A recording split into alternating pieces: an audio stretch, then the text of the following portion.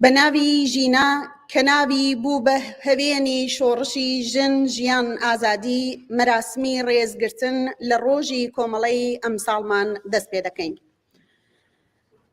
لە مێژە دەنگی ئەو ڕەوتە بووەتە ئاشنایی هەمووان لەسەر شاخانی سەربەرز و لە گشت کۆڵانی نێوشاردا هاوڕێیان و بەشداربووانی بەڕێز. وێڕای سپاسی گەرموگوڕ لە بەشداریتان لەم بۆنەیەدا جێژنی ڕێزگرتن لە ڕۆژی کۆمەڵا پڕ بەدڵ بەخێراتنتان دەکەین. ڕۆژی کۆمەڵا ڕۆژی ڕێزدانانە بۆ بیری ئازادی و دەربازبوون لە گشت ئەو قەید و بەندانە کە تەگەرە دەخەنە سەرڕێی بەرەو پێشچوونی مرۆڤ و کۆمەلگادا. ڕۆژی کۆمەڵا ڕۆژی ڕێزگرتنە لە ڕەوتێکی شۆڕشگێر کە تیشکی باوەڕی لەسەر سەری کرێکار و زەحمەتکێشی کوردستان دەدرەوشێتەوە. ڕۆژی کۆمەڵا ڕۆژی بە بەرزنرخاندنی تێکۆشانی سەرکەوتوانەی ڕەوتێکە کە ژنانی کوردستانی لە سەتحێکی بەریندا لە پاشخان هێنایە دەرو کردنی بە هاوشانی خەباتێکی یەکسانی بەخش. ڕۆژی کۆمەڵا ڕۆژی ڕێزگرتنە لە خەبات دژی هەر چەشنە خوراافەیەک لە سەرجەم بوارەکانی ژیانی مرۆڤدا. ڕۆژی کۆمەڵا ڕۆژی یادکردن لە یادی هەتا بڵێی بەرزی هەموو ئەو هاوڕێ ئازیزانە و هەموو ئەو تێکۆشەرە هەرگیز لە بیر نەچوانەیەکە لە ڕێی ئەو ئامانجانەدا لە ڕیزەکانی خەباتی پێشمەرگانەدا لە سیاچاڵەکانی جومهوری ئیسلامیدا و لە خەباتی کۆمەڵانی خەڵکی سەرشەقامدا گیانیان بەخت کردووە. ڕۆژی کۆمەڵەتان لێ پیرۆز بێت. عەزیزان، مەراسمێکە لێرە بەڕێوە دەچێت بەم جۆرە دەبێت. سەرەتا سرودی ئەنتەرناسیۆناڵ، سرودی جیهانی چینی کرێکار بڵاو دەبێتەوە. بە دوای ئەوەدا دەقیقەیەک بێدەنگی بۆ ڕێزگرتن لە یادی گیانبەختکردوانی ڕێگەی سۆسیالیزم و ئازادی بە پێوە ڕادەگرین. بێدەنگیەکە بە سرودێک دەشکێنین. دواتر هاوڕێ ئیبراهیمی عەلیزادە دەبیرەوەڵی کۆمەڵا سوخەنڕانی ئەم شەوی مەراسمەکەمان دەبێت. بەشی دووهەمی بەرنامەکەمان کە بریتیە لە سرود و شعری ئینقلابی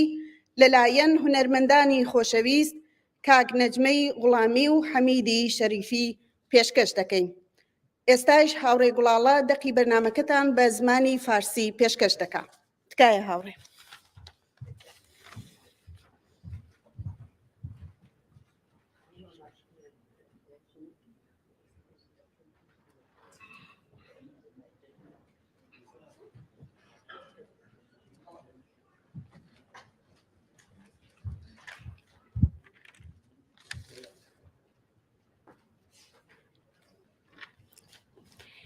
رفقا و مهمانان گرامی،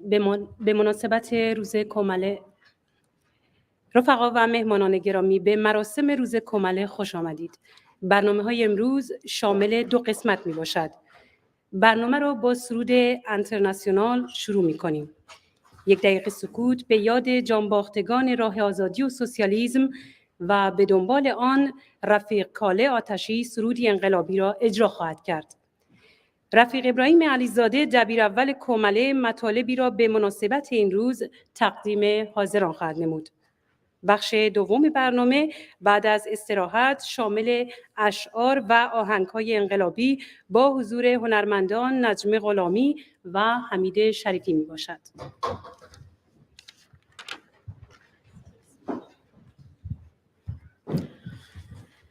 ئێستەیش بۆ ڕێزگرتن لە یادی هەموو گیانبەختکردوانی ڕێبازی ئازادی و سۆسیالیزم و هەروەها بۆ ڕێزگرتن لە یادی هەموو ئەو ئینسانانەی کە لە شۆڕشی ژینادا گیانیان بەخت کرد 1 دقیقە بێدەنگی ڕادەگرین.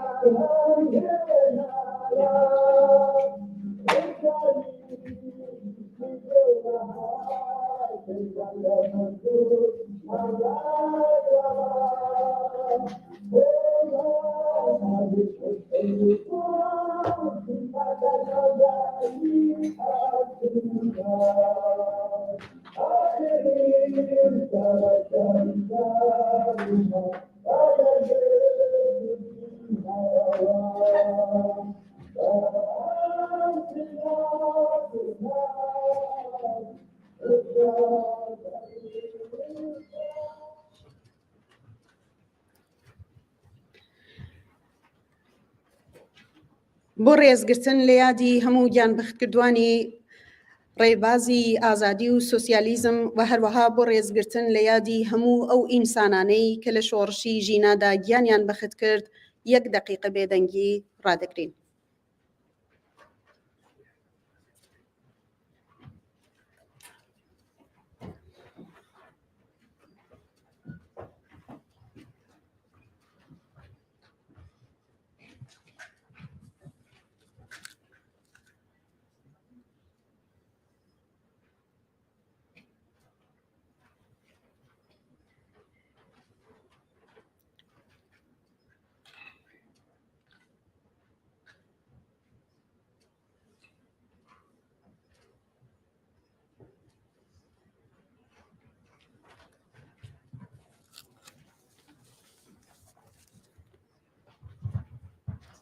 بەرز و بەڕێز بێ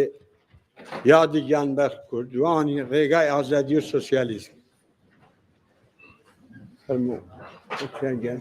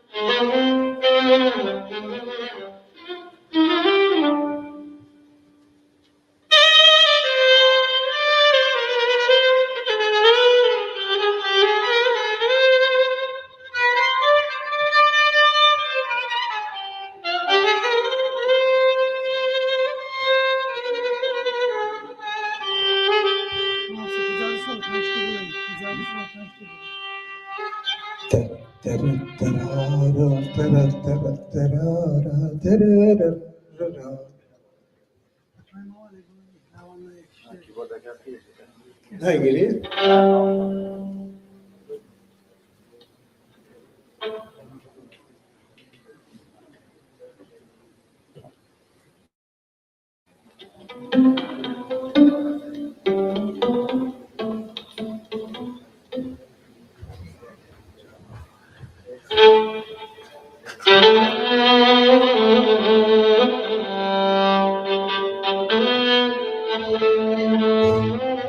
خمی مرگی اومان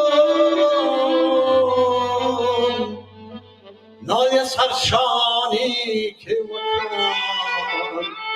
که مکان مان خمی و تو ریوخی خمی ایوا مجبور عزیزترین پیشروان ویدیو بیواکی جان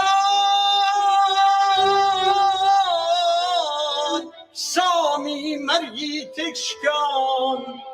ویدیو بیواکانتان زبونی سرکوت کرانی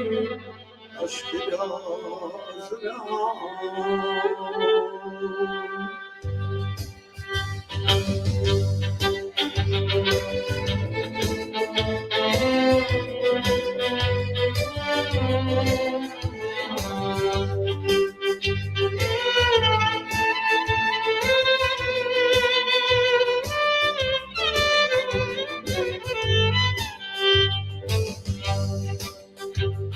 خمی مرگی اومان نای سرشانی که وکن روان خمی مرگی اومان نای سرشانی که وکن روان خمی ایوا تو ریوتین خمی ایوا تبشموشین ایوا تینبو اسبو بری بیانی آزادی دلان نمولن کی شادی یادتان دکر ای عزیزان لبر بیانی شادی آزادی یادتان دکر لبر بیانی شادی آزادی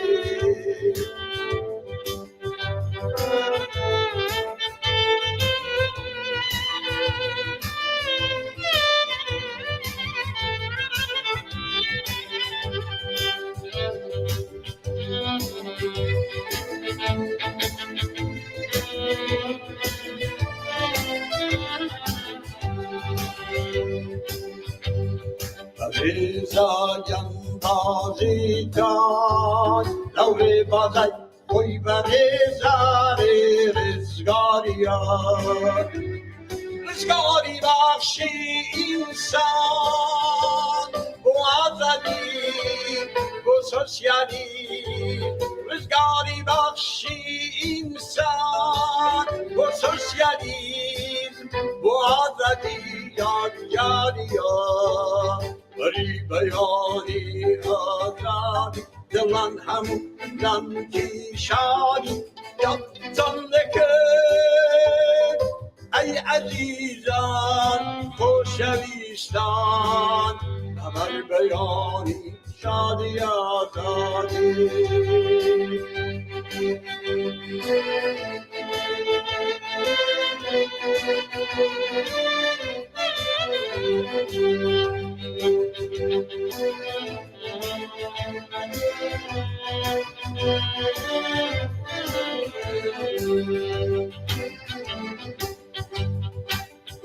جواد و کوچه شاران شپل دریای خواتیل مجددان سنگرکی برزی که واد آوای سوری کابا یادی ایوا حکرا واری سندانکا پرده شبی رسلا دادا شوگار شدکا بری بیانی آزادی دلن امو لنکی شادی یادتم دکی دبر بیانی شادی آزادی یادتم دکی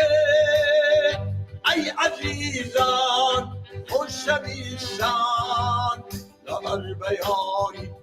شادی آزادی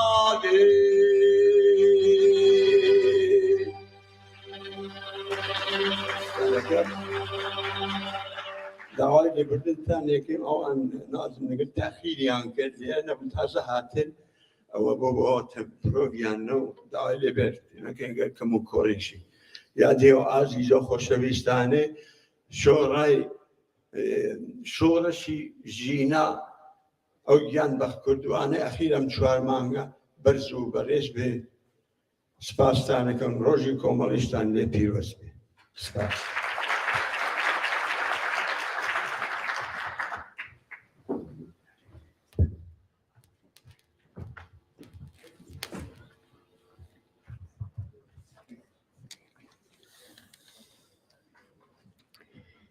سپاس لە هاوڕێکاڵەی ئاتەشین و هاوڕێیانی گروپی موسیقی.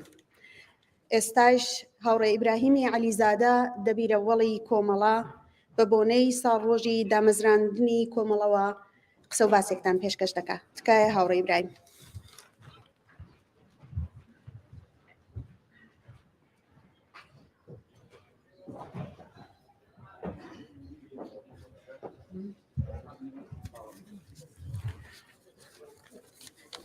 بەڕێزان نوێنەرانی حزب و ڕێکخراوە سیاسیەکان ئامادەبوانی عەزیز بەخێرهاتنتان دەکەم بۆ بەشداریکردنتان لە ڕۆژی کۆمەڵە. زۆر خۆشحاڵین لەوەی کە لەو بۆنێدا بە دیدارتان شاد دەبین. دیارە هەر جۆرە وتارێک لەم ڕۆژانەدا دەبێ بە یادی ئەو گیانبەخت کردووانە ئەوە دەست پێ بکات کە لە چوارمانجی ڕابردوودا سینگیان کردە قەڵغانی گولە بۆ ژیانێکی ئاسوودەتر بۆ ئازادی و بەرابەری بۆ ئێمە و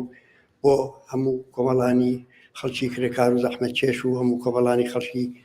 شەرافەتمەند لە ئێران و لە کوردستان یادیان بەرز و بەڕێز بێت. هەر لەم بۆنەیەدا پێویستە یادێک بکەین لە زیاتر لە 2500 گیانبەخت کردووی ڕیزەکانی کۆمەڵە کە لە ماوەی 43 ساڵی ڕابردوودا گیانیان لە پێناوی هەر ئەو ئامانجانەدا بەخت کرد و ئێستا جێگایان لە نێوماندا خاڵیە. هەروەها یادێک بکەین لە کاکە حەمەحوسێنی عەزیزشمان کە بوو بەسەر قافڵەی گیانبەخت کردوانی ئێمە و ڕۆژی کۆمەڵە بە ناوی ئەو دیاری کرا. هەر لەو بۆنێدا سڵاو دەنێرین بۆ یادی هەموو ئەو بنەماڵە سەربەرزانەی کە بە خۆراگری خۆیان دەرسی وەفاداری خۆراگریان بە هەمومانشاندا و لەو بۆنێدا ڕێز دەگرین لە فیداکاری و ڕەنجێکیش کە ئەوان بردیان. و هەروەها پێویستە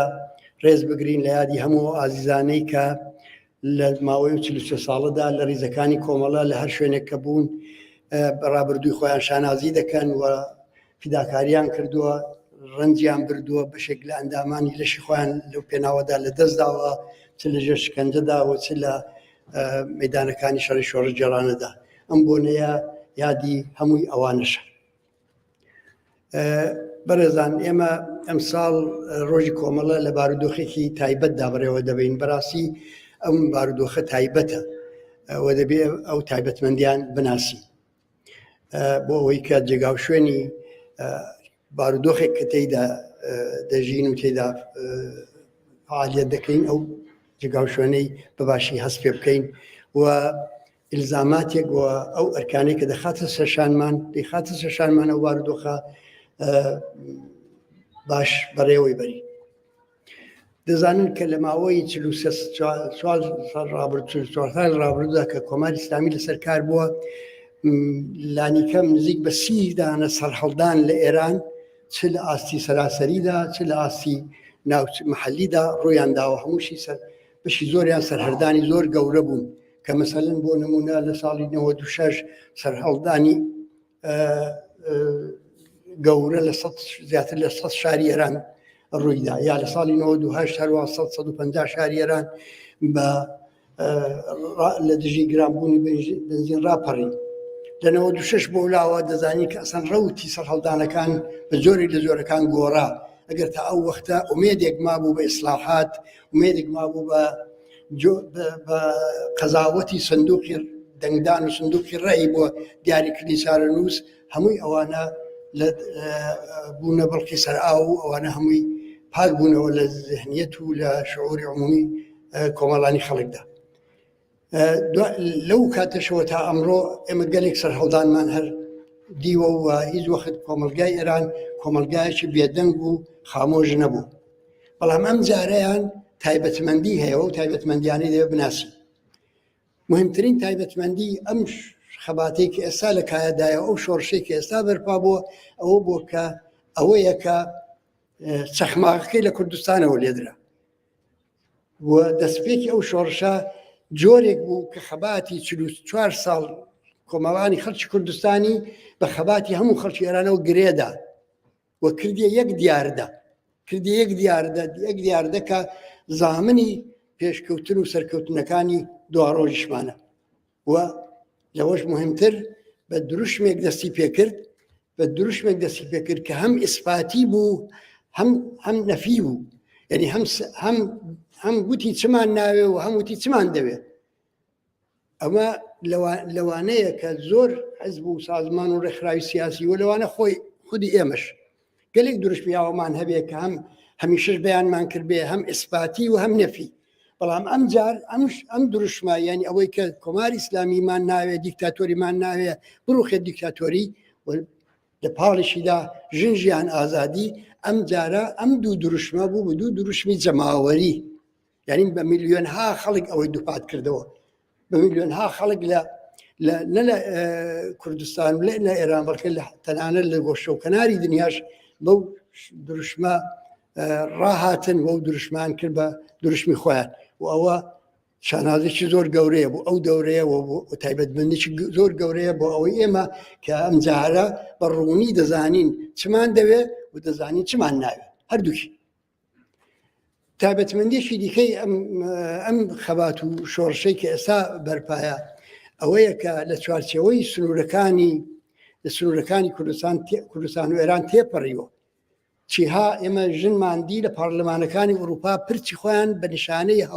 هاوپشتی دەگەڵ کۆمەڵانی ڕاپەڕی و هەڵدەپاچی و ئەوە بە ئێمە دەڵێ کە بە ئێمە کوت کە لەم شۆڕشەدا تایبەتمەندیشی دیکە هەیە، ئەویش پێشەنگایەتی ژنانێک کە 44 ساڵە زۆر تریش، بەڵام لانیکەم ئەو 44 ساڵی کە بۆ ئێمە ناسراوە گەورەترین زوڵم و سوکایەتیان بە جەستە و بە دەرونیان کراوە و ئەوانە ئیتر بڕیاریان داوە کە ئیتر ئەو سوکایەتی قبول نەکەن و ڕاپەڕیون و دەیانەوێت بە هێزی خۆیان پێشەنگایەتی شۆڕشێک بکەن کە ئێمەمانان و هەموو کۆمەڵانی خەڵک نەجات بدەن، ڕزگارمان کەن. ئەوە تایبەتمەندێکی زۆر گرینگە. تایبەتمەندێکی دیکەی ئەم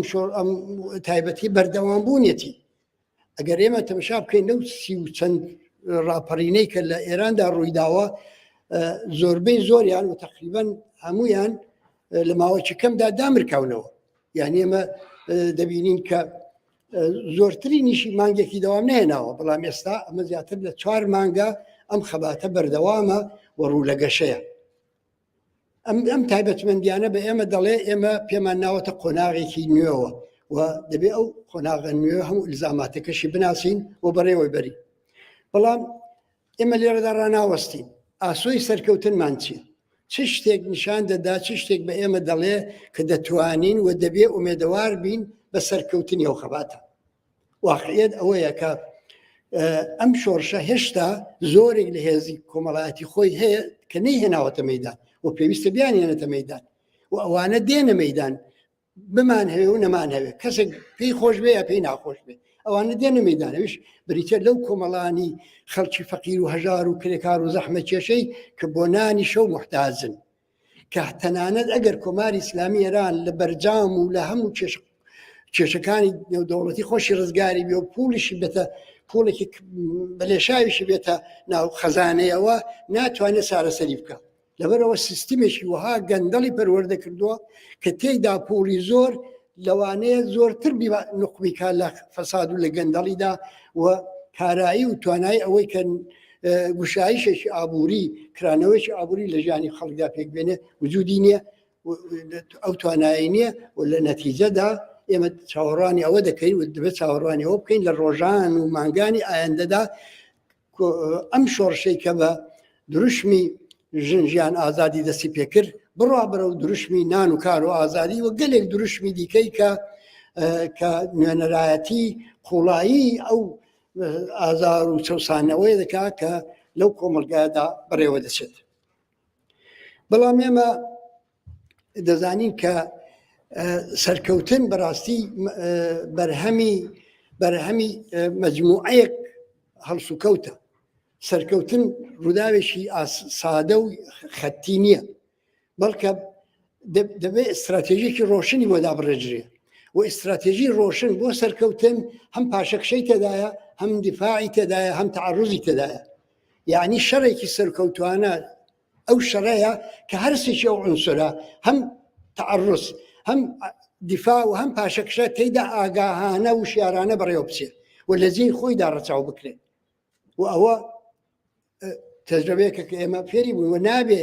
نابێ ئێمە تووشی هیچ جۆرە تەردیدێک بین بەرامبەر بەوەی کە ئەم شۆڕشەی ئێمە بەردەوام دەبێت یعنی تەجربەی 4 مانگی ڕابردوو نیشانی داوە بە حسابی ئەوەی کە تاکتیکەکانی گۆڕاوە بە حسابی ئەوەی کە ئەگەر دوێکە جۆرێک خۆنیشاندان و جۆرێک خەبات لە شەقامەکان بوو ئێستا زۆریشی دیکەی بەڕێوە دەچێت و شکالی جۆراجۆر و متەنەوعی هەیە ئێمە دەبێت بزانین کە دەبێت عناسوری سەرکەوتن هەمویان شان بەشانیەک و ئەو شارانە بتوانین بەکاربێنین. ئێمە بۆ ئەو سەرکەوتنە پێویستیمان بەوەیە کە هاوسەنگی هێز بگۆڕێ بەڵام هاوسەنگی هێز ناگۆڕێ مەگەر ئەوەی کە دموکراسی بێ مەگەر ئەوەی جۆرێک لە ئازادی پێک بێ یعنی ئەوەی کە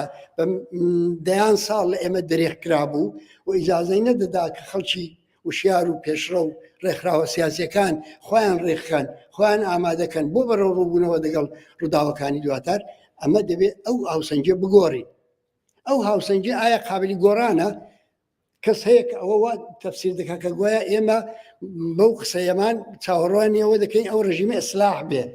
ئەو بەمانەوەی ئەو ڕژیمە ئێمە بتوانین فرسەت بەدەستبێنین مەسەلەوە نییە ئەوە هەر دەچێتە خانەی ئەو خاڵانەی کە من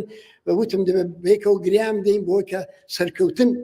مسۆگەرکەین بۆ خۆمان. ئایا بۆ میسال دەڵێم ئایا تا ئێستا جمهوری ئیسلامی هات قبولی بکە مەسەلەن بۆ نمونە قانونەن ڤیدیۆ ئازادە قانونەن ماهوارە ئازادە قانونەن ئینتەرنێت ئازادە قانونەن ژن دەتوانێت لە وەرزشگا و لە محیتای وەرزشیدا حضوری بێ و هەر ئێستاش بڕۆن تەمەشاکەن لەسەر تۆڕە کۆمەڵایەتیەکان خیابان شەقامەکانی تاران هەردووکە و پێرەکە و ئەو ڕۆز سبەینیان تەمەشاکەن بزانن چۆن ژنانی پەچە بەسەر و بێپەچە حجاب و با حجاب شان بەشانی یەکتر خەریکن خۆنیشاندانێکی کۆمەڵایەتی بەڕێوە دەبن کە بریتێ لە شەڕی ئێرادا لەگەڵ هێزێکی سەرکوتگەری وەحشی کە لە ماوەی 4 مانگدا زیاتر نزیک بە 600 کەسشی لێ شەهید کردو. ئەمە نیشان دەدا کە بەڵێ ئێمە دەتوانین ئەو هاوسەنگیەوە وجود بێنین کە تێیدا جۆرێک لە ئازادی جۆرێک لە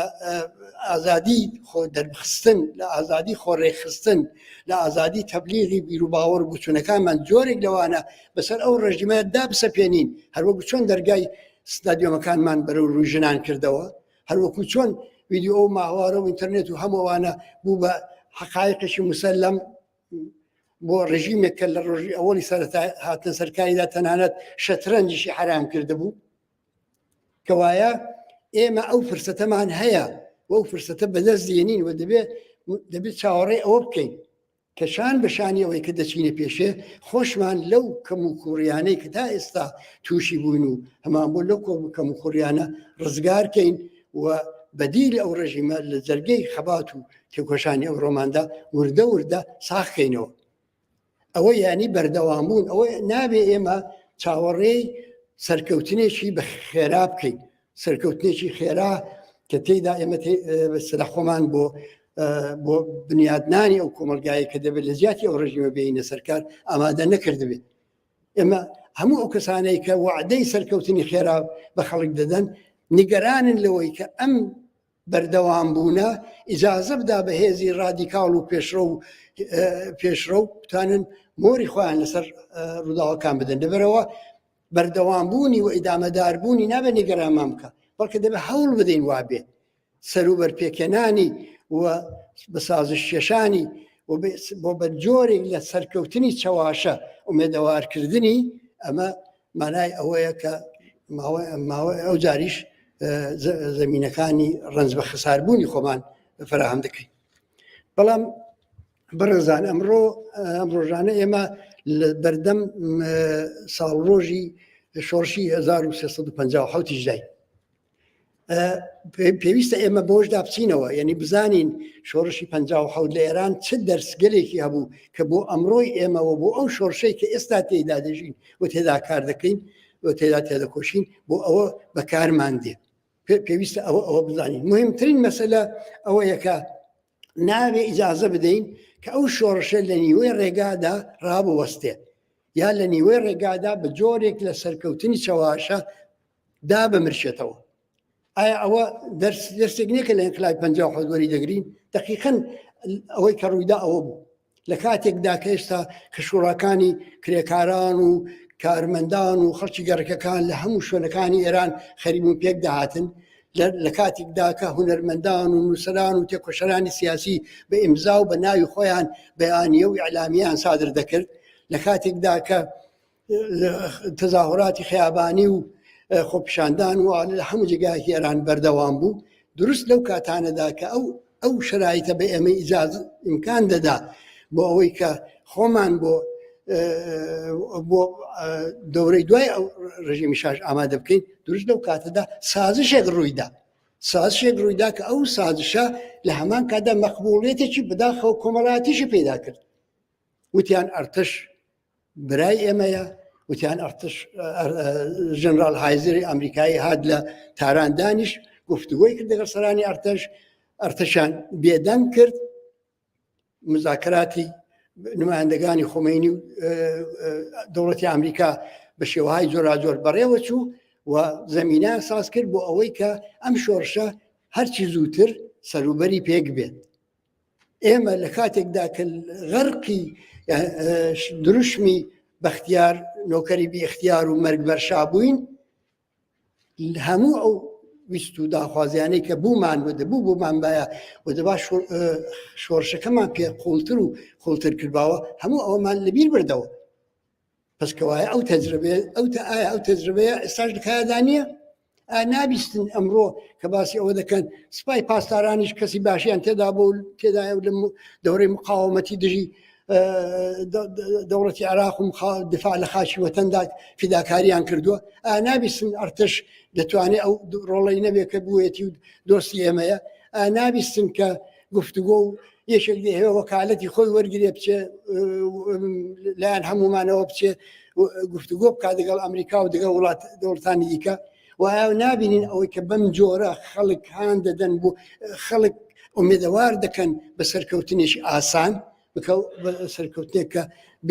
بێدەردی سەر بەڕێوە بچێ. مانای ئەوەیە کە ئێمە لە شۆڕشی 57 دەبێت دەرس وەربگری. ئێمە دەرسێکی دیکەی کە هەر ئەم شۆڕشی 57 بە ئێمەیدا ئەوە بوو کە ئەگەر ئێمە دروشمی مەرگ بەر شامان هەیە، ئەگەر دروشمی مەرگ بەر شامان بوو، دروشمی بۆ ئێستا دروشمی مەرگ بەر کۆماری ئیسلامیمان هەیە، دەبێت بزانین کە چی دەنێنە جێگای کە وایە. دەرسێکی دیکە ئەوەیە کە نابێ ئیجازە بدەین کە ئاوات و ئارزوەکانی ئەم خەباتە لە پووک و پێستدا بمێنێتەوە، مبهەم بێ، دەبێت ڕۆشن بێ کە چمان دەوێت، دەبێت ئیجازە بدەین بە ئەوەی کە قسە و باس و گفتوگۆ لەسەر ئەم مەوزوعە بە وردی بێتە ناو کۆمەڵانی خەڵکەوە و لە هەموو ئاستێکدا ببێتە مەشغەڵەی جەماوەری ڕاپەڕی و ئەوە مانای ئەوەیە کە ئەم قسەیە دەبێت وەلا بنین کە بەحسکردن دوای ڕوخانی جمهوری ئیسلامی ئەو خەتیش دەیان کورد بەحسکردن دوای ڕوخانی شا نا بەحسکردن هەر ئێستا، بەڵام بەحسکردن خۆ بە مانای بێک هەڵپڕژان نییە، بە مانای لە یەکتر کوشتن نییە، بە مانای بریندارکردنی یەکتر نییە، دیالۆگ بکەین، با ئیمکان بدەین ڕێگا خۆشکەین بۆ ئەوەی کە هەموو کەس تەسەوراتی خۆی ڕێگاچارەی خۆی بۆ دواڕۆژی ئەو وڵاتە بێنێتە گۆڕێ و ئەوانە لە معرەزی قەزاوەتی عمومیدا قەرار بدا و خەڵک نەک هەر لە ڕووی قسەکانیان بەڵکو لە ڕووی کردەوەیەکیش کە ڕیشەی لەونەوە قسانەدایە ڕێگای خۆی بینێتەوە. مەسەلەن بۆ نمونە بۆچی قانونی ئەساسی ئێران هەر لە ئێستاوە نەنووسرێتەوە، بۆچی ڕایگرین بۆ مەجلیسی مؤسسان یا شورای سەراسەری یا هەر شتێکی کە بە هەر کەسە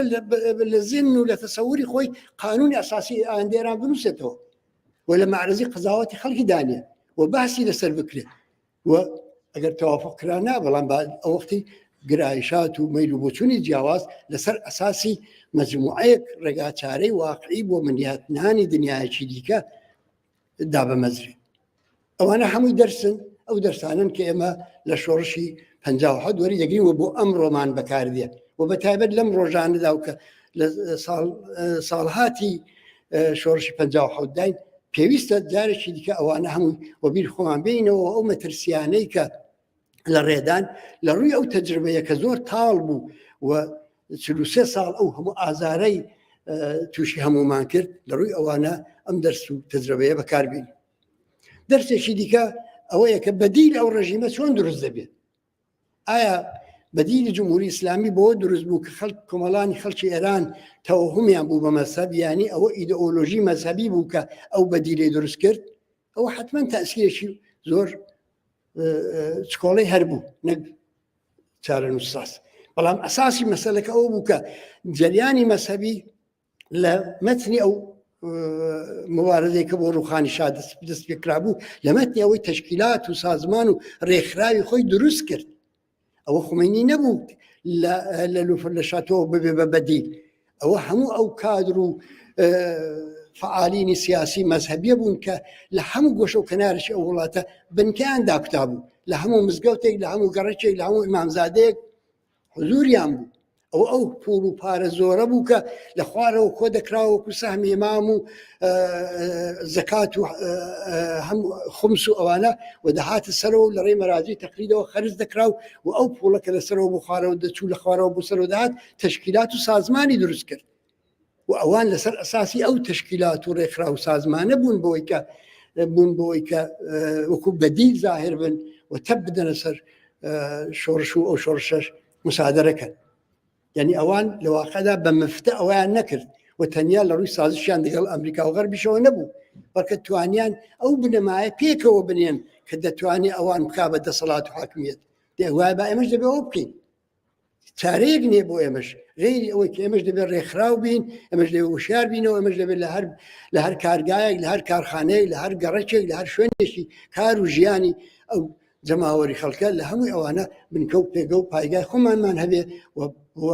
بیکەین بە بەدیلی حاکمیت، بیانکەین بە بەدیلی دەسەڵاتی دواڕۆژ. بەبێ ئەوە سەرکەوتن ممکن نییە. ئەگەر ئەو بەرچاوڕوونیە نەدەین بە کۆمەڵانی خەڵک ئەمڕۆ و چاوەڕوانی ئەویان ڕابگرین کە جۆرێک لە تەسادفی ڕۆژگار شانس و نەسیب، شۆڕش شانس و نەسیب نییە، شانس و نەسیب بەشکەم نزاتماندا لە وەزعیەتە مانای ئەوەیە خوێنی ئەو 600 لاوە خوێن گەرمە جان فدایە ئەومان هەموو بە فیرۆچۆ کە طبعاً هەمە حەقمان نییە ئەوە بکەین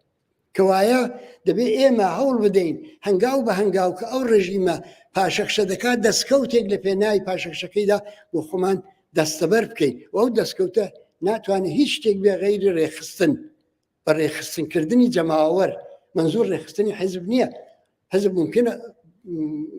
پەرپێدانی ڕێخستنی حزبی مەکانیزمی خۆیەیە حزب یا گەورە دەبێت یا چکۆڵە دەبێت یا هەرچی بەڵام جەماوەر دەبێت ڕێکخراو بێت جەماوەر لە شوڕای محەلەی خۆیدا لە هەر نەهادوو دامەزراوەیە کە مەجالی پێکاتنی هەیە لە ماوەی ئەم ساڵانەی ئەخیردا کە هێشتا جارێت دروشمی ڕوخاندنی دیکتاتۆری و ڕوخاندنی کۆماری ئیسلامی نەبوو بە دروشمێکی سەرەکی ئێمە گەلێک ڕێکخراوی ئەومانە بۆ ئێمە لە سفرۆ دەست پێ ناکەین دەبێت ڕێکخراوە کرێکاریەکان ببژێنەوە دەبێت ڕێکخراوی معلیمان ببژێنەوە دەبێت ڕێکخراوەکانیشتان دەست پێ بکەین دەبێت بنکەی گەڕەکەکان دەبێت شوڕای بەڕێوەبەری محلات و هەر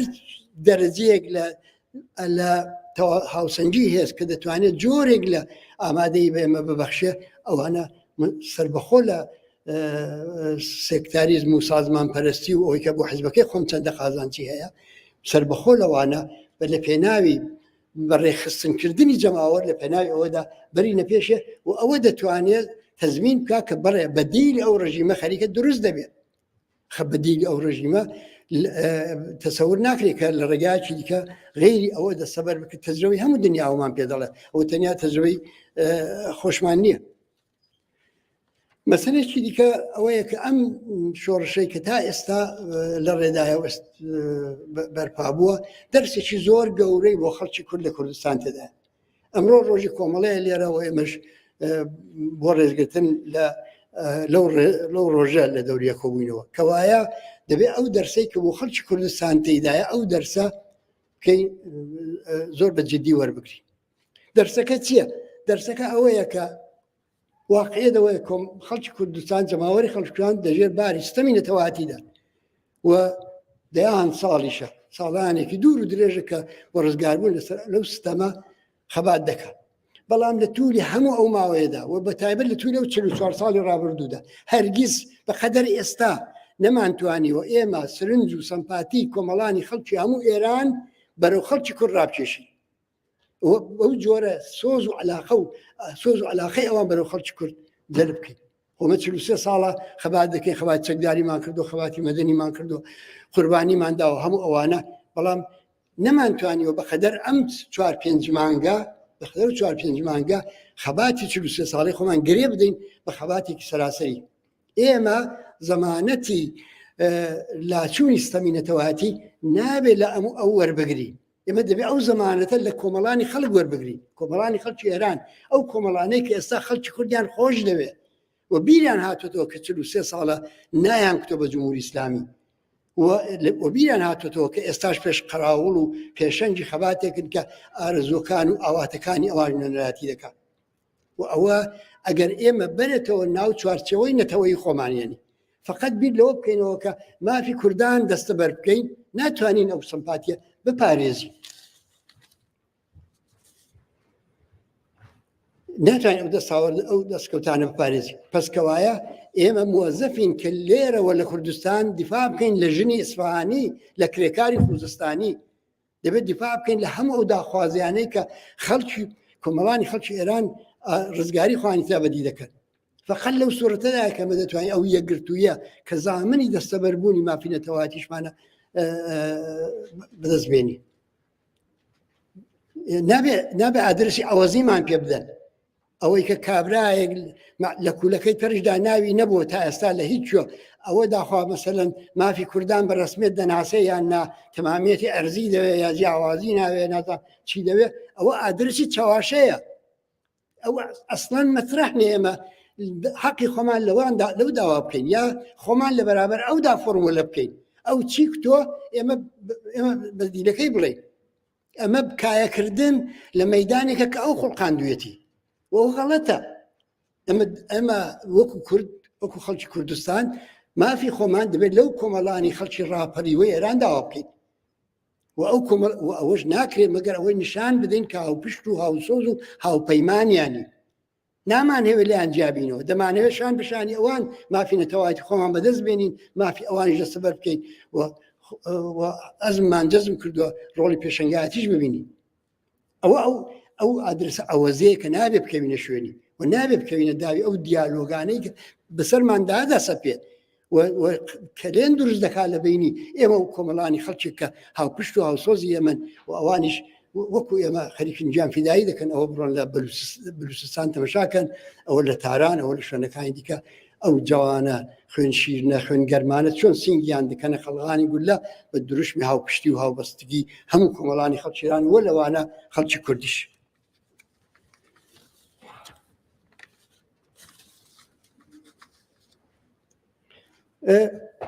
ئەم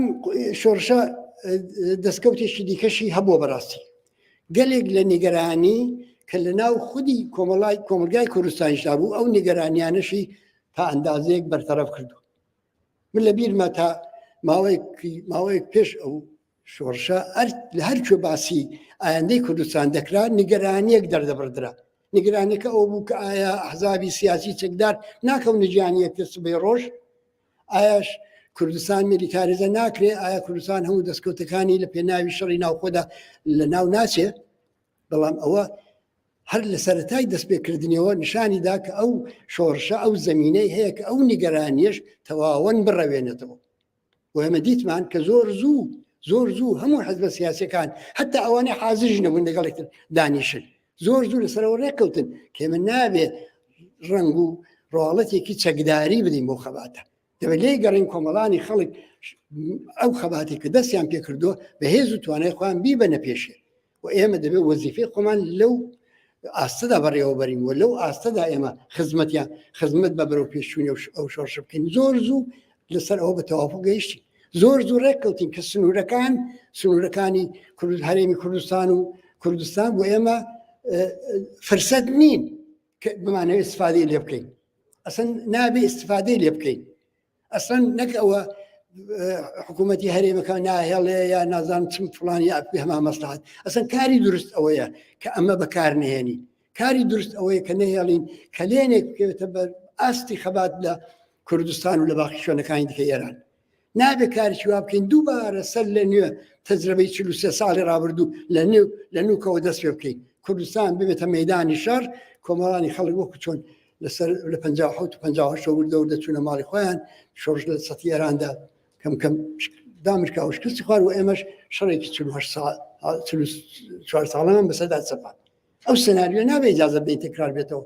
و ئەوە تەجربەی ئەو شۆڕشە ئەوەی بەمە نیشاندا هەر تا ئێستاش ئەوە نیشان داوە کە سبەینێ ئەوە هێزی سەکداری حزبە سیاسیەکان نییە کە چارەنووس دیاری دەکات ئەوە خەڵکی ڕاپەڕیون کە ئەو کارە دەکەن وەوە خەڵکی ڕاپەڕیون کە خۆیان ڕێک دەخەن ئەوە دەستکەوتێکی گەورەی و نیگەرانیەکانیش لەو زەمینە هەر لە پێناوی ئەو شۆڕشەدا تا ئەندازێکی زۆر دامرکاوەتەوە دڵنیاتان دەکەم حتا ئەگەر تەجربەی خۆشمان ڕەچاوکەین ئەوە تەنیا ڕێگا چارەیە بۆ ئەوەی نیگەرانی لە شەڕی ناوخۆ بڕەوێتەوە مەسەلەن بە هەر تەجربەی هەرێمی کوردستان ڕەچاوکەین هەرێمی کوردستان وەختی بەرەی کوردستانیان پێکێنا وەختی بە هەر حاڵ بە هەر شکلێک بوو لە داوی ڕژیمی سەدام ڕزگاریان بوو انتخاباتیان کرد پارلەمانی هەڵبژار دەورەیەکی بەیەکەوە ژیان و ئاشتی خوازانە بوو بە مەحزیەوەی کە خەڵک چوونەوە ماڵی خۆیان دانیشتن پیان وان فەرزکریا وان بردە مێشکیانەوە کە سەرکەوتن بدەست هاتووە مافی دیاریکردنی سالوس دابین بۆ ئەوە خەڵک وەزیفەی نەماوە غیرەوەی بە فکری ژیان و زیندگی ئاسایی خۆی بێت خەڵکیان بردەوە ماڵی خۆیان دانیشت وەختی خەڵک لە مەیداندانەمە وردە زەمینەیش و هێزی چەکداری شەبوو زەمینەی شەڕی ناوخۆ شەڕش وها خوێناوی دەستی پێکرد کوردستانی ئێرانی ژێمار ئەین و تەجربەمان بوو 57 و 58 و 59 بێنە بەرچاوتان ئەو ساڵانەی کە خەڵک بە دەیان هەزار کەس داهات سەر شەقامەکان خۆ ناکۆچەکانیش بوو بەڵام حزبی دموکرات داهات میتینگی خۆی دا لە شاری مەهاباد چی دروشمی پێ خۆشبووی دەیدا دژی ئێمەش بوایە دوای ئەوان دەچوونە ماڵی خۆیان کۆمەڵەش چەند هەزار کەس دێنا سەر شەقام ئەویش دروشمی خۆی دەدا میتینگ و کۆبوونەوەی خۆی بەڕێوە دەبرد لە سنە هەروە لە شارەکانی هەروە یعنی دەمەوێت بڵێم شەڕی ناوخۆ وەختێک نیگەرانی شەڕی ناوخۆ پەیدا دەبێت کە خەڵک ناو ماڵی خۆیان دانیشن ئەگەوە هەر نەقشەیەک هەر سیاسەتێک کە کۆمەک بکە بە منفعلکردنی خەڵک بێدەنگکردنی خەڵک بێتەفاوتکردنی خەڵک ئەو سیاسەتە لە واقعدا زمینە خۆش دەکات بۆ ئەوەی کە تەعینی تەکلیفی هێز و دەسەڵات لە بینی هێزی چەکداری دوور لە خەڵک و جیا لە خەڵک لەوێدا یەکلای بێتەوە ئەمە شەر دەستکەوتێکی ئەو شۆڕشەیە کە تا ئێستا ئێمە دیومانە زۆر زوو خەڵکی ئەوەش بوو ینی ئەوەش بوو کە زۆر کەس داوایان دەکرد کە بەشکەم هێزی پێشمەرگە دەخالت بکە بەشکەم ئەو چەکانتان بۆکەی هەڵگرتووە ئەگەر ئەمڕۆ نەبێ بۆکەی وانە بازێک حتا پارازیتی لەوناو پەیدا بوو بەڵام زۆر زوو شەپۆلەکە کە شەپۆلێکی گەورە بوو و شعورەکە شعورێکی عمومی بوو جێکەوت بوو لە ناو جەماوەردا و دەست و تەجربەی ئەو 4 ساڵش کۆمەکی کرد بەمە نەیهێشت خەباتەکەمان بەلاڕێدا بچێت ئەوە بە بڕای من ئەم مەسئلە زۆر دەستکەوتێکی گەورەیە و نیگەرانیەکان تا ئەندازێکی زۆر لەو بارەوە دەڕێوێنێتەوە مەسئلەیەکی دیکە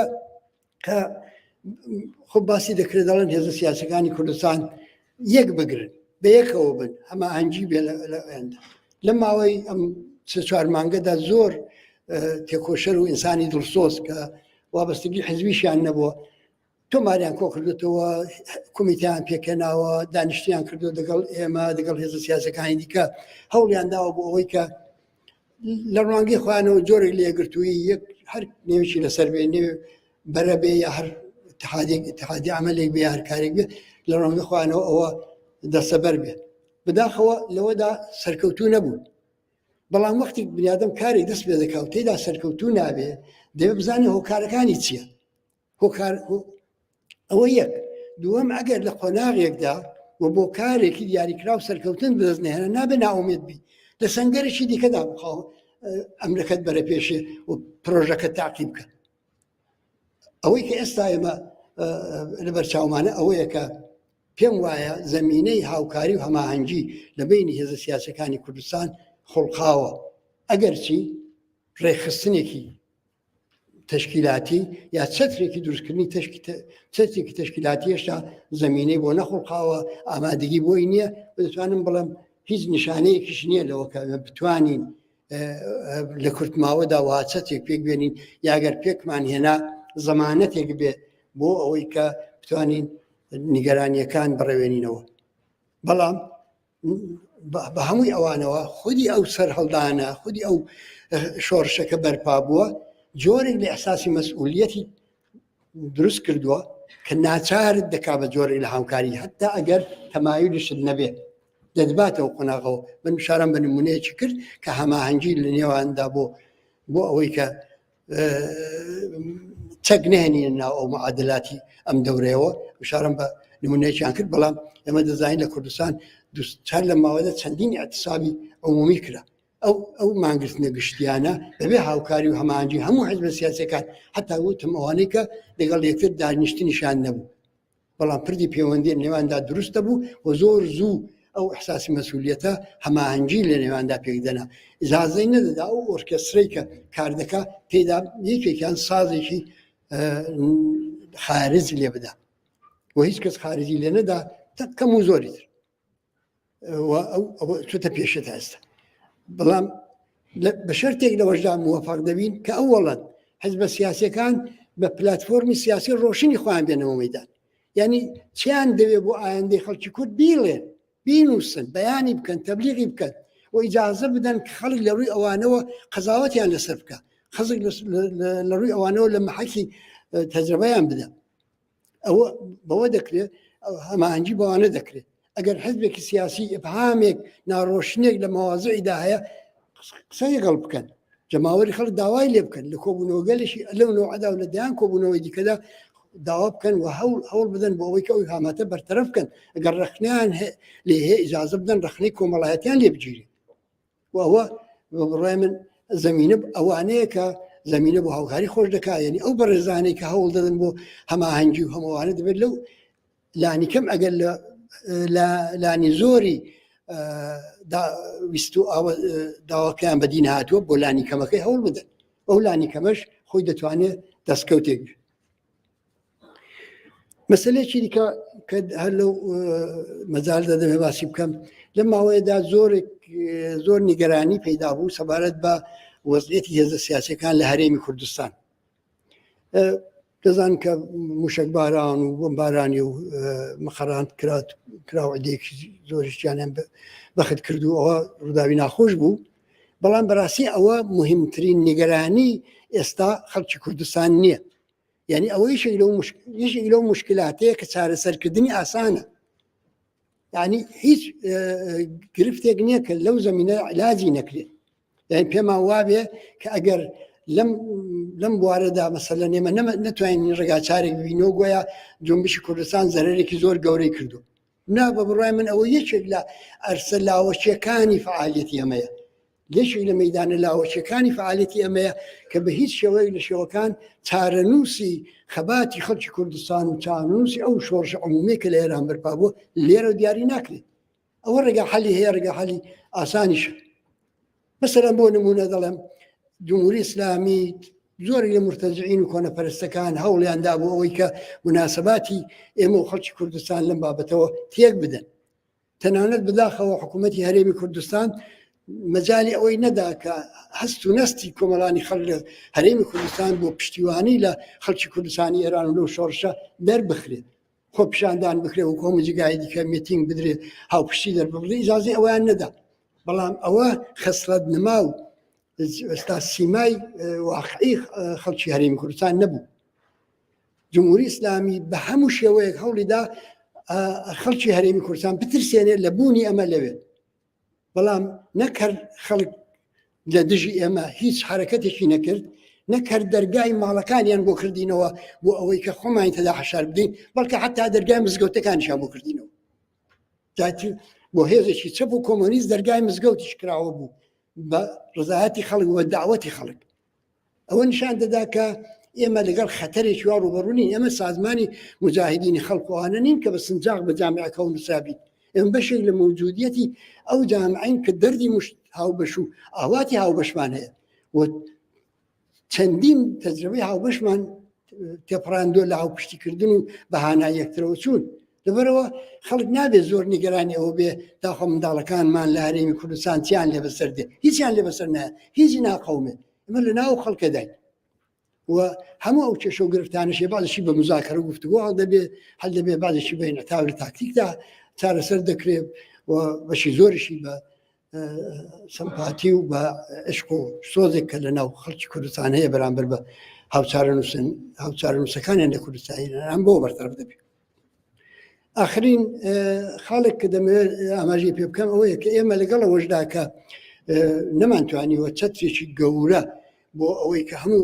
کۆمەڵانی خەڵکی کوردستان و حزب سیاسەکانی ئەوانە کۆکاتەوە و هیچ کلێن و کەلەبەرێک بەجێ نەهێڵەیە کە دوژمن کەڵکی وەربگرێ. ئەوە بەهەرحاڵ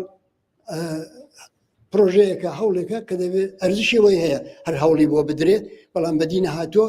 ئەرز ئاسمان بەیەک نەگەیشتون، دنیا بە ئاخر نەگەیشتون. منتا ئەوەی کە بۆ ئێمە زۆر حیاتی ئەوەش بۆ کۆمەڵە چونکە ئەمڕۆ ڕۆژی کۆمەڵەیە و ئێوەش هەموو دۆستان و ئازیزانی نزیک و دوور لە کۆمەڵەن کە لێرە کۆبوونەوە. لەبەرەوە ئێمە پێویستە ئەو هێزانەی کە دەتوانن لە دەوریە کۆ ببنەوە ئەوانە کۆکەینەوە. ئێستا ئێمە بە پێی ئامار و ڕقەمی نزیک بە 3000 سابووتە 3000 نەفەر، نزیک بە 3000 نەفەر ڕفیقی کۆمەڵەییمان لە دەرەوەی وڵات هەر خۆمان بەڕێ کردوون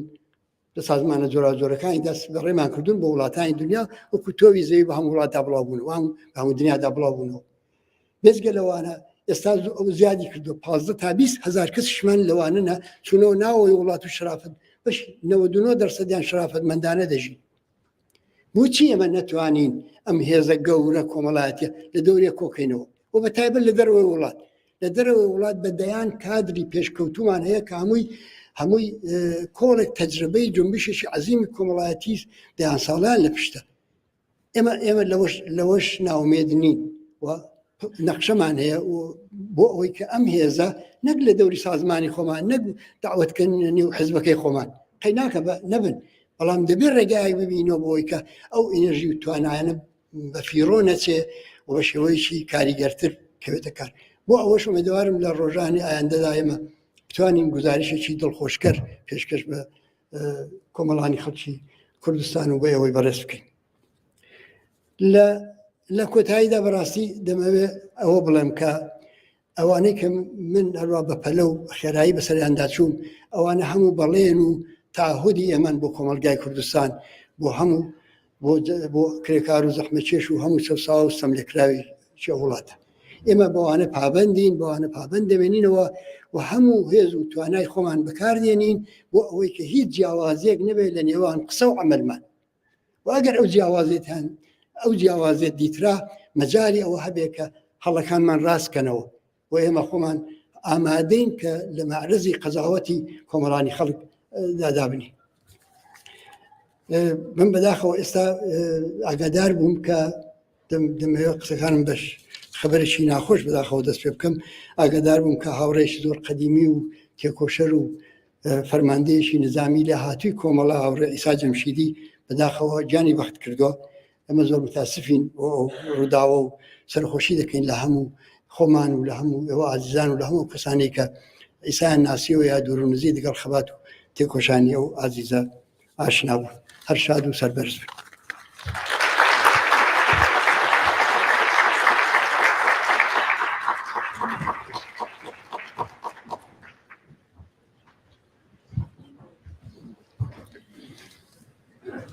سپاس هاوڕێی برایم. بەڕێزان لێرەدا نێوی ئەو کەسایەتی ڕێکخراوانەی کە بە بۆنەی ڕۆژی کۆمەڵەوە پەیامیان بۆ نردوین دەخوێنینەوە. یەکێتی نیشتیمانی کوردستان، کۆمیتەی مرکزی ڕاهێ کارگەر، پارتی ژیانی ئازادی کوردستان پێژاک، هاوسەرۆکی کەنەکە زەینەب موراد ئەردەڵان سەنانێک، بەرپرسی نەجەدەکە سوێت، ئەنستیتۆی کوردی ستۆکۆڵم میرهەم، مەجلیسی ژنانی سارا سوێت. خۆشەویستان لێرەدا بەشی یەکەمی بەرنامەکەمان کۆتایی پێدێت و دوای کورتە ئیستراحەتێک بەشی دووهەمی بەرنامەکەمان کە بریتیە لە سرود و شێری ئینقلابی لەلایەن هونەرمەندانی خۆشەویست کاک نەجمەی غوڵامی و حەمیدی شەریفی پێشکەش دەکرێت. هەروەها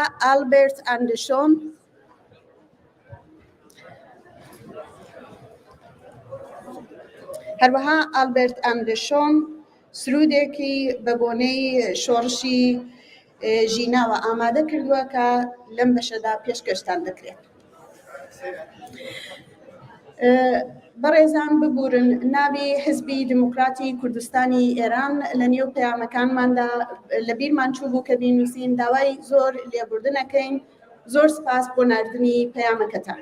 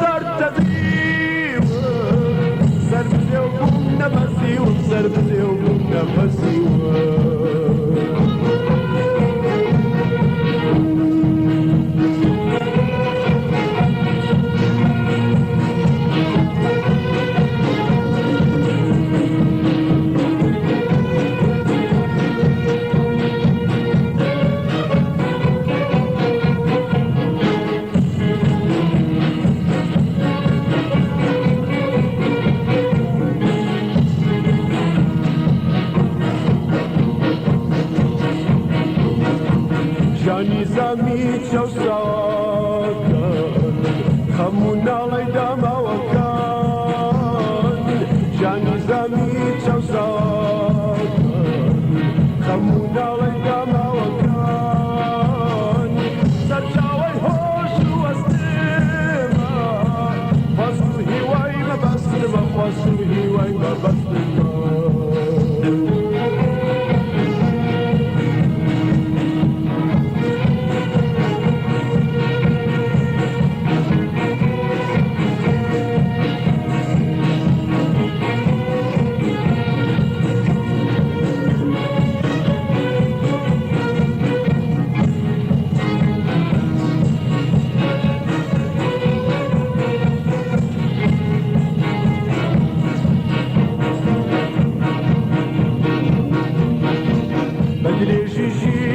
أمادم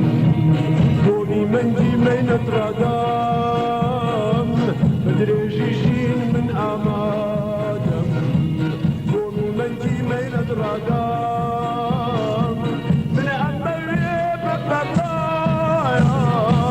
بوشل يستيمر برموغ السوشي أمنيايا